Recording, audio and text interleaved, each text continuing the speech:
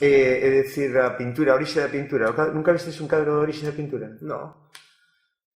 Pois os gregos imaginaban a orixe da pintura que o conta Plinio nos textos de arte.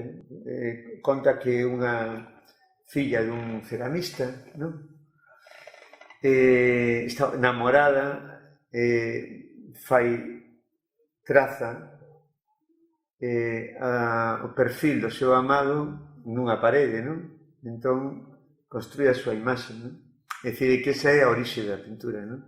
Percoller a sombra, trazar a imaxe e a proxección. É moi bonito, non? Está sempre presente. Pero é unha proxección manipulable. É dicir, unha proxección que é produto da nosa mente. E, polo tanto, podes utilizarse de maneiras moi diversas. Que la historia del debate sea más bien mostrada que relatada, puesta en escena más que narrada. Buah, ¿sabes que el otro día en Twitter me encontré con el nombre de un señor que me había dado una conferencia sobre Kiarostami? ¿Cómo es que lo descubriste? Porque sigo un chaval que estudia en la Carlos III y ese señor daba clases allí y me dijo quién era Kiarostami y hasta entonces no sabía el nombre del señor. Eso me recuerda a una fábula que escribió David Foster Wallace y que explica muy bien la función del profesor. En ella, dos peces jóvenes van nadando y se encuentran con uno más viejo. Y se saludan y el viejo les pregunta: «Hey, ¿qué tal está el agua?». Y los tres continúan nadando hasta que uno de los jóvenes mira al otro joven y le pregunta qué es el agua.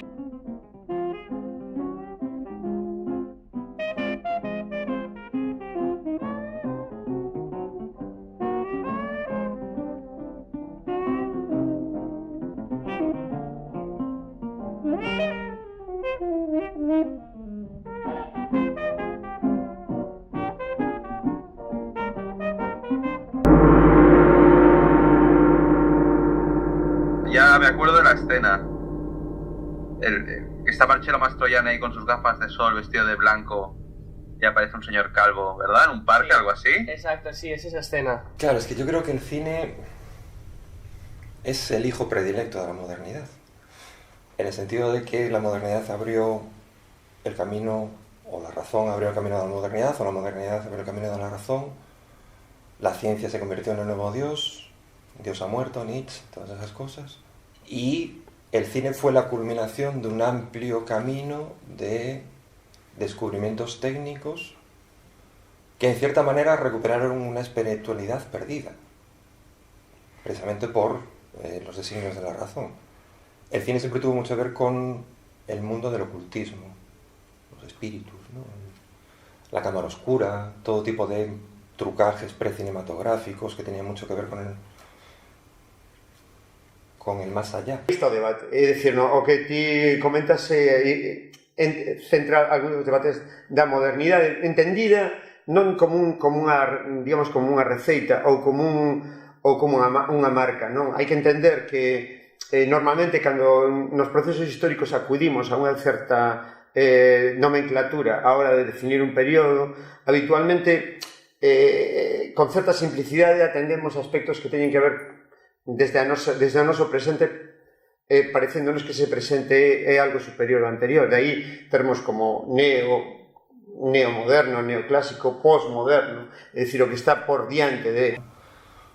Porque si hay una máquina y un arte dispuestos a criticar y a profundizar, a intentar entender la modernidad, es el cine, precisamente. El cinematógrafo, la cámara de cine como instrumento técnico y el arte que se genera con esos instrumentos, ¿no? O con las cámaras digitales de hoy en día. O momento no que nos vivimos sentímolo, ou moita xente o sente como un momento de escaso pensamento forte. É dicir, un momento en que non hai grandes constructos culturais ou non hai grandes constructos filosóficos. É dicir, que nos permitan entender de unha maneira distinta os procesos que vivimos. O que non quere dicir que eses procesos non sexan fortes ou potentes ou extremadamente intensos. Es que no es casual que el cine y el psicoanálisis surgieran prácticamente a la vez. 1895 se supone que es la primera, se supone, proyección, o al menos la primera pública sí fue, pero no fue la primera proyección de cine de los Lumière, y también se publica el libro de estudio sobre la histeria de Freud y otro psicoanalista que ahora no recuerdo, y esos dos eventos se producen en 1895. Entonces, digamos que el cine y el psicoanálisis llegaron para continuar esa exploración del subconsciente que ya habían iniciado los románticos, que fueron los, no sé si los primeros, pero sí de los primeros en cuestionar la razón, la ilustración y por extensión la modernidad, ¿no? É dicir, esa miña visión, é dicir, o presente ás veces é difícil de precisar ou de entender, escápasenos un pouco, e sobre todo en momentos en que as grandes construccións culturais son postas en cuestión, pero aínda non hai un sustituto. Nada es original. Roba de cualquier sitio que te llene de inspiración o alimente tu imaginación. Devora películas viejas, películas nuevas, música, libros, pinturas, fotografías, poemas, sueños, conversaciones intrascendentes, arquitectura, puentes, señales de tránsito, árboles, nubes, ríos, luces y sombras. Selecciona para robar solamente aquellas cosas que le hablen directamente a tu alma. Si lo haces, tu trabajo y tu robo será auténtico. La autenticidad es invaluable. La originalidad no existe. Y no te preocupes en ocultar tu robo. Celébralo si hace falta. En cualquier caso, recuerda siempre lo que dijo Jean-Luc Godard. De lo que se trata no es de dónde tomas las cosas, sino a dónde las llevas. Tiene mucha referencia con lo que hablábamos antes, incluso. Ahí lo dice, la cita genial, no la conocía. Preciosa y 100% de acuerdo con eso. La clave lo dice Jarmus ya en esa cita, que te llega al alma, que te toque. Si no te toca, si estás creando porque crees que al público le va a gustar esto, porque lo estás haciendo pues, por justo lo que comentamos, por simple imitación por simplemente estar llevando una cadena de clichés que se copian unos a otros, que no van a ninguna parte, eso es nada.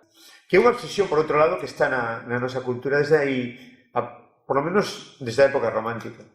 Esa obsesión esa carreira da modernidade, non? Creo que era Octavio Paz que falaba desa carreira da modernidade, non a definía exactamente con esa palabra, pero bueno, esa idea de que a modernidade era un culto, non? Desde a época romántica, que o artista tiña que ser calquera cosa, pero que tiña que ser original, non?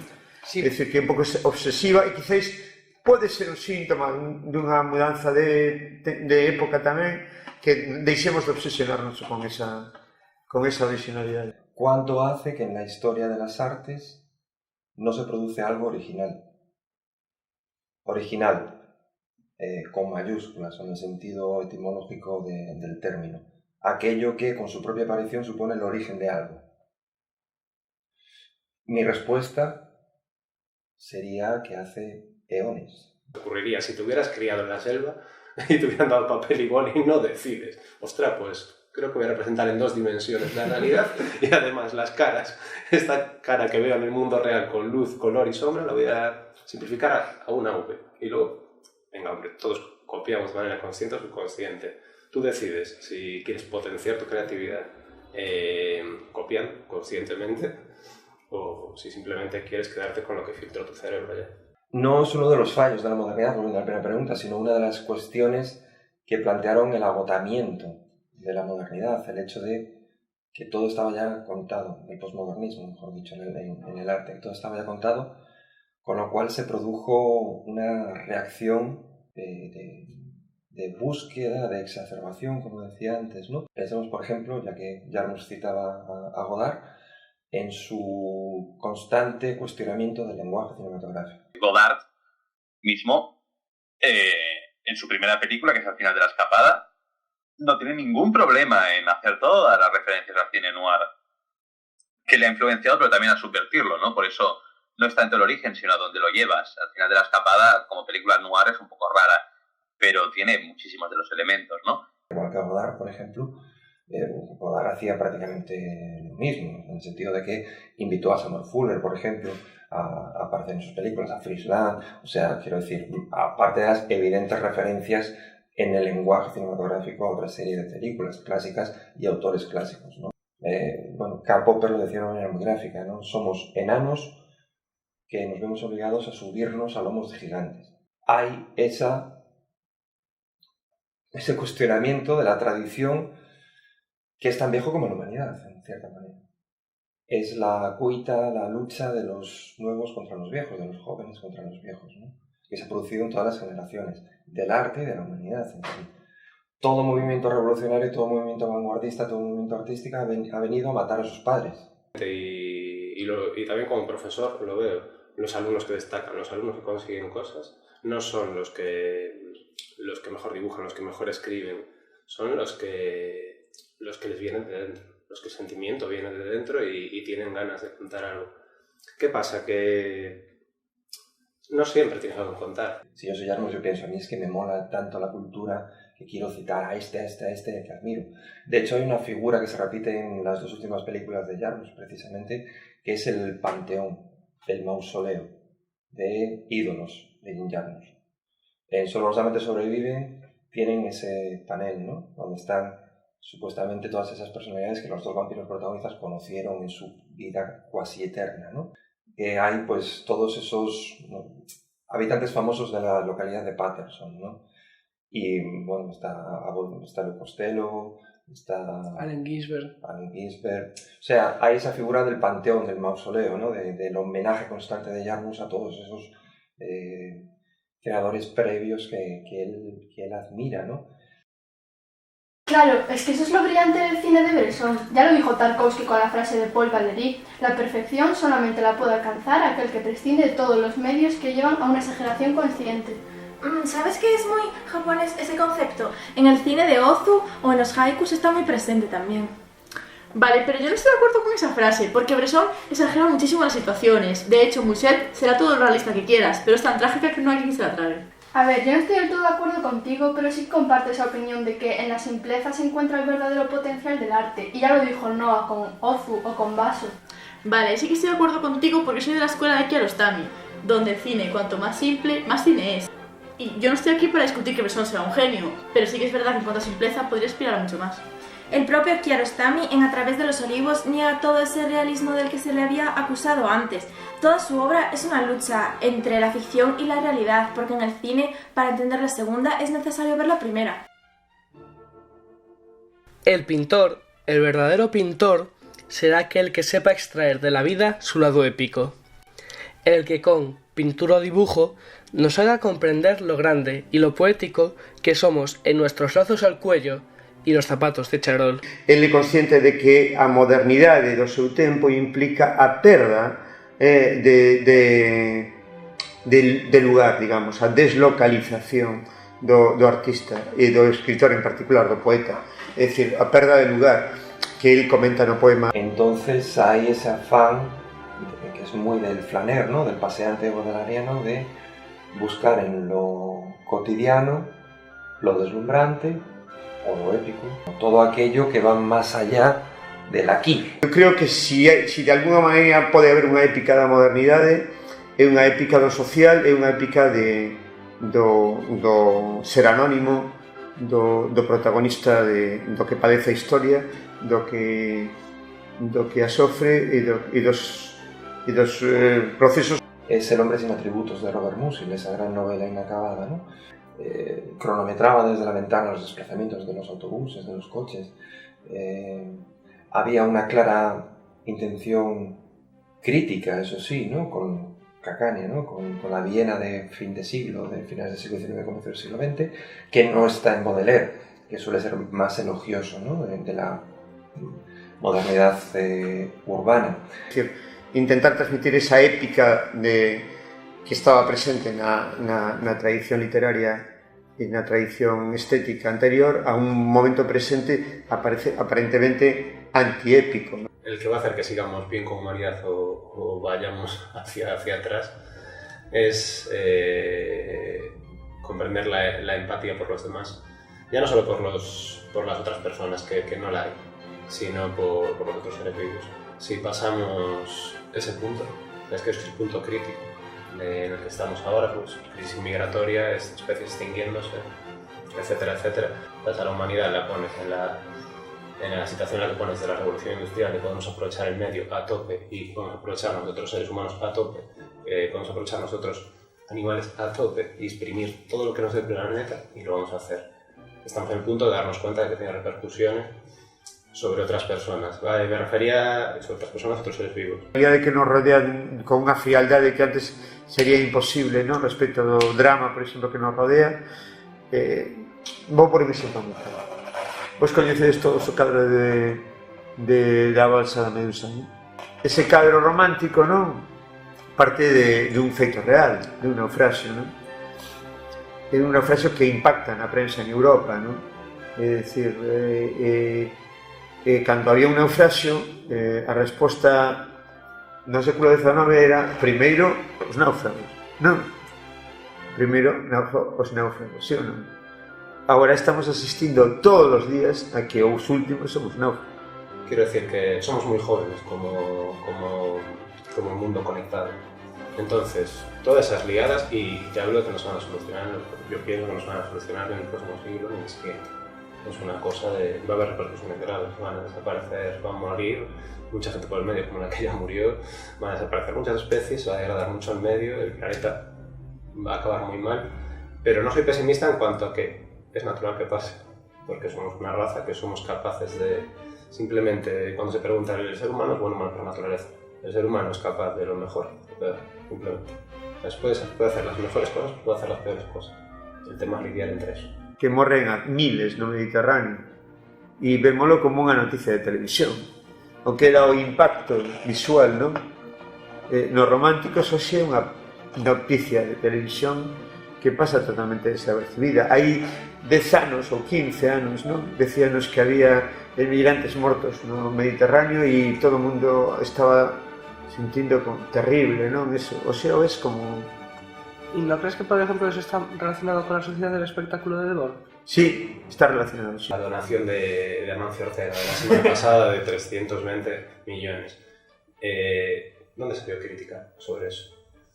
¿Cómo podemos decir que es un filántropo? Porque, pues claro, que lo que van a ser muy útiles las máquinas para el servicio de oncología, van a acelerar las listas de esperas y mejorar el modo de vida de muchísima gente, incluso salvará vidas.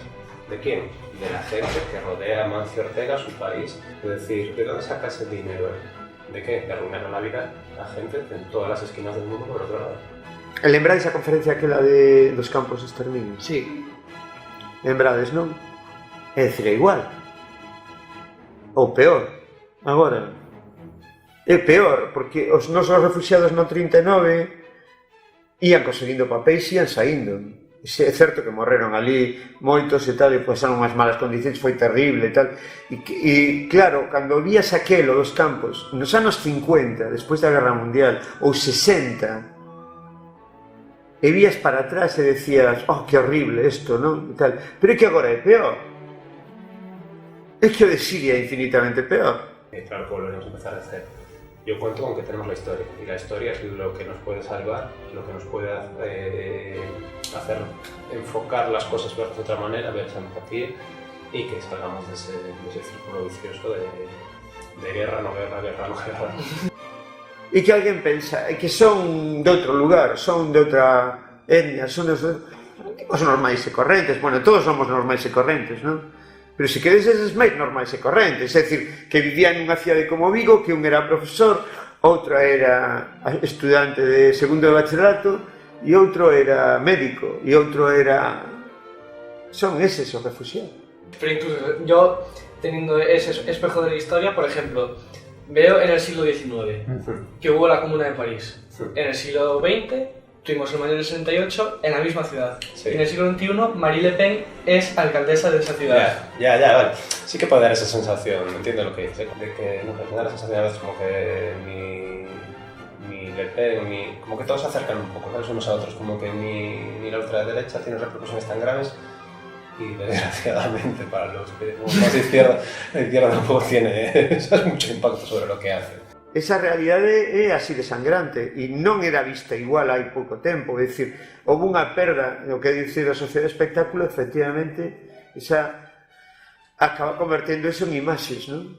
É dicir, en certo sentido cousificando, as imaxes cousifican, non? Convertenos en cousas. O aquí con la manifestación, por ejemplo, yo como un reflejo de eso es la manifestación aquí que hubo por lo del Cunqueiro, ¿no? De todas las privatizaciones de Cunqueiro y los malos servicios que estaba dando y los intereses que había por parte de la Junta de Terres y todo el tema. La manifestación fue muchísimo más grande que la del Prestige, y la del Prestige se había situado más grande, se había dado en Vigo casi de las de España, no sirvió de nada. Esto no es una manifestación brutal, no tuvo ninguna repercusión. El Cunqueiro no cambió absolutamente nada. Y esa sensación sí que la veo que está ahí, que no sé, una vez no me acuerdo dónde leí, es una cosa que cito mucho y me había gustado mucho, de que las autoridades en Estados Unidos se habían dado cuenta que si reprimían una manifestación, conseguían 3 manifestaciones. Entonces, se dieron cuenta que lo mejor era hacerla como un niño pequeño. Deja que llore hasta que se canse. Ese sistema que se critica tanto con la educación, pero eso, deja que llore hasta que se canse. Entonces me da la sensación que están haciendo eso, que nos dejan libertad total en cualquier medio, total. ¿De qué sirve si te dejan decir lo que quieres? Total, ellos no se enfadan. Monsieur Pizarro es un desconocido del que probablemente nadie hablará. Muchas gracias, Monsieur. En mi viaje por el largo desierto del Salón pude descansar media hora ante su paisaje.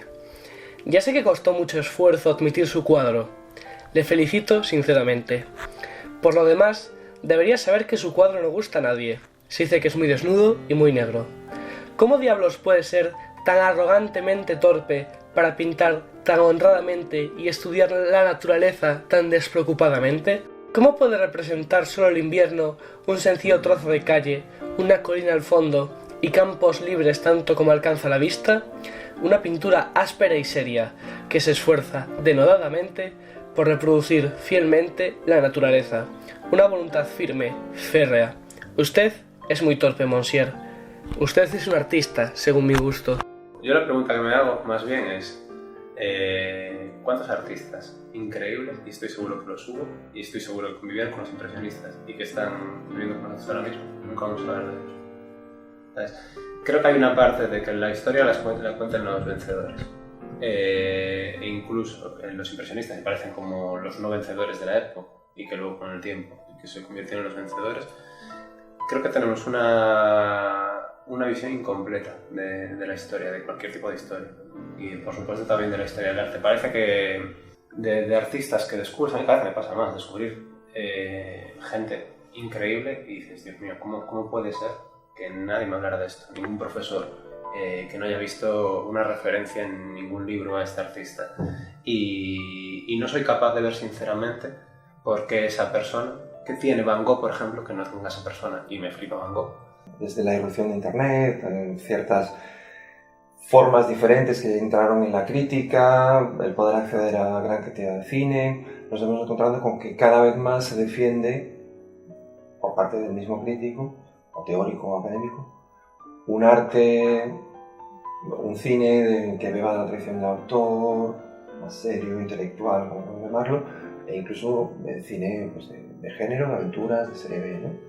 A mí es que me encanta el cine fantástico, entonces quizá porque hace 2 días vi Split, múltiple de Shyamalan por última vez, me fascina, sin ser de las grandes películas de Shyamalan, cómo siempre está ahí, ya no para sacar el picado de lo cotidiano, sino para mostrarnos cómo en lo cotidiano anida lo oscuro. Y un poco en referencia a lo que es más lo que me preguntabas tú ahora, ¿no? Por ejemplo, antes lo que decíamos, si las pelis de superhéroes están haciendo algo, ¿sabes? Como algo realmente innovador, algo realmente que no somos capaces de percibir como pasó en su momento con John Ford. Eso como pasó, por ejemplo, ahora que también decíamos Van Gogh, Modigliani o gente que no se le valoraba. Van Gogh a lo mejor, si no hubiera estado el marchante ese que se aprovechó detrás, daos cuenta que Van Gogh es un tío que se retiró a pintar, solo vendió un cuadro en su vida. ¿Nunca pensaste la posibilidad de que esos cuadros los hubiera encontrado una monja del sitio donde estaba metido y los hubiera tirado quemado, ¿sabes? Guardado en un desván, y que en el futuro alguien los hubiera encontrado y no los hubiera valorado? Yo creo que al contrario, nos encontramos muchas veces con cineastas que son hipervalorados y que pueden tenerlo difícil para soportar el paso del tiempo. Realmente alguien encontrará, imaginaos, los cuadros de Van Gogh nunca salen de ahí, nadie conoce a Van Gogh, ni se lo analiza, ni lo ni lo empiezan a difundir los otros vencedores, ¿no? Que eran los impresionistas en su momento. Quizás ahora se encuentra y se descubre Van Gogh en el siglo XXI. ¿Se le valoraría? ¿Sabes? Porque Van Gogh es Van Gogh un poco por toda la historia que hay a través de Van Gogh y por todo lo que nos metieron por los ojos de Van Gogh. A lo mejor nos ponen ahora un cuadro de Van Gogh con toda esa historia detrás y no lo valoramos. No somos capaces de verlo. Conocidos que los Godard, ¿cómo puede ser que una de las películas menos vistas de la Nouvelle Vague sea Cleo de 5-7 de Agnès Varda, que para mí es la mejor de todas? ¿De toda la Nouvelle Vague? De todas las que yo he visto todas. Es una película sorprendente, viva, fresca, pero se habla mucho menos de ella que de los 400 golpes, de Al final de la escapada, una infinidad de ellos, ¿no? O de Romer y demás. No digo nada en contra de esos, pero digo, ¿cómo puede ser que esa película de Agnès Varda sea todavía hoy tan poco vista, tan poco comentada o citada entre los cánones, ¿no? Te pongo un ejemplo, no de hoy en día, sino hace un par de años, o un par de décadas, mejor dicho. Es el Dogma. El Dogma fue abrazado como una pequeña revolución en el mundo del cine al hilo de las cámaras digitales y demás, cámara en mano, etc. Ausencia de guión y no sé más cuántas cosas más vendían, ¿no? A mí ya me pilló tarde, entonces nunca estuve entre los defensores. Yo simplemente lo denosté desde el principio. Pero ahí es un ejemplo claro de cómo un género abrazado en cierta manera por la crítica pues llegó a un punto de agotamiento inmediato y ha sido olvidado. Y hoy en día nadie, prácticamente, reivindica el Dogma como algo que vaya a perdurar o que haya que tener en cuenta hoy, o de lo que todavía pueda surgir algo nuevo. Que él, si se dejaba llevar, si no empezaba a leer cosas que te hacían pensar un poco más, que te hacen estar más atento, que te despiertan sentimientos y cosas que a lo mejor no quieres pensar en ellas, y tal, que se dejaba llevar, que él acababa viendo las series más facilonas, que él acababa viendo el cine más palomitero y escuchando la música más básica, porque es comodidad, y la sensibilidad también quiere comodidad. Yo llevo, por ejemplo, en las últimas 2 semanas me leí unos 4 horas, me leí 45 números de X-Men seguidos, así, de un arco que quería leer que no me había leído, y ahora tengo el último de Oliver Rawl, que es el de los comiqueros daneses que están un poco revolucionándolo todo. Me cuesta mogollón el cambio. Hubo un cine máximo que surgió de la manera en el sentido de exuberante, lleno de citas, frenético y demás, pero hay un cine mínimo que marca, entre otros muchos, pero sobre todo Antonioni, Cine del silencio, de la comunicación, de la soledad, que fue mutando hasta llegar a un cine mínimo del silencio, del vacío, de la soledad, de nuevo a ambientes urbanos, personajes desorientados en esas ciudades que beben también de la modernidad, de las urbes de la modernidad y demás. Y la gente no está preparada para eso, igual que la gente no está preparada para... La gente dice que le gusta el impresionismo y eso, porque lo aprendió así en el cole. Pero la gente no te valora un cuadro impresionista, la gente no salió aún de la figuración. Antes hablábamos de lo del el prólogo del libro de Gombrich que dice por favor alejémonos ya de ser figurativos y de entender el dibujo como una imitación de la realidad. Japón que mencionabas tú antes, Saint-Milian, Lisandro Alonso, Pedro Costa, que generaron una legión de imitadores de películas que eran vacías porque tenían que ser vacías. No tengo nada contra las películas vacías, al contrario. Se generó un modelo, a partir de ahí era inevitable el agotamiento. Un momento que te dejas capturar y es muy fácil, un poco también a raíz de cómo empezó la entrevista, de dejarse capturar por las tendencias del momento, y las tendencias en ese momento y ahora mismo son mucho cómic, pues temática social, intimista, lo que sea, o eso, falsamente profunda, y que ojo, que los hay muy buenos, pero la gran mayoría están totalmente vacíos. Y el cómic de esa chica fue un desastre absoluto. Era totalmente, un poco lo que hablaba también al principio, que es ¿qué hace que un autor sea bueno o no? Es la autenticidad y verdad y belleza. Es cree lo que estás haciendo y narrarlo de manera bella. Narrarlo de manera bella puede ser un trazo horrible o que estés utilizando las formas más brutas. Pero primero verdad.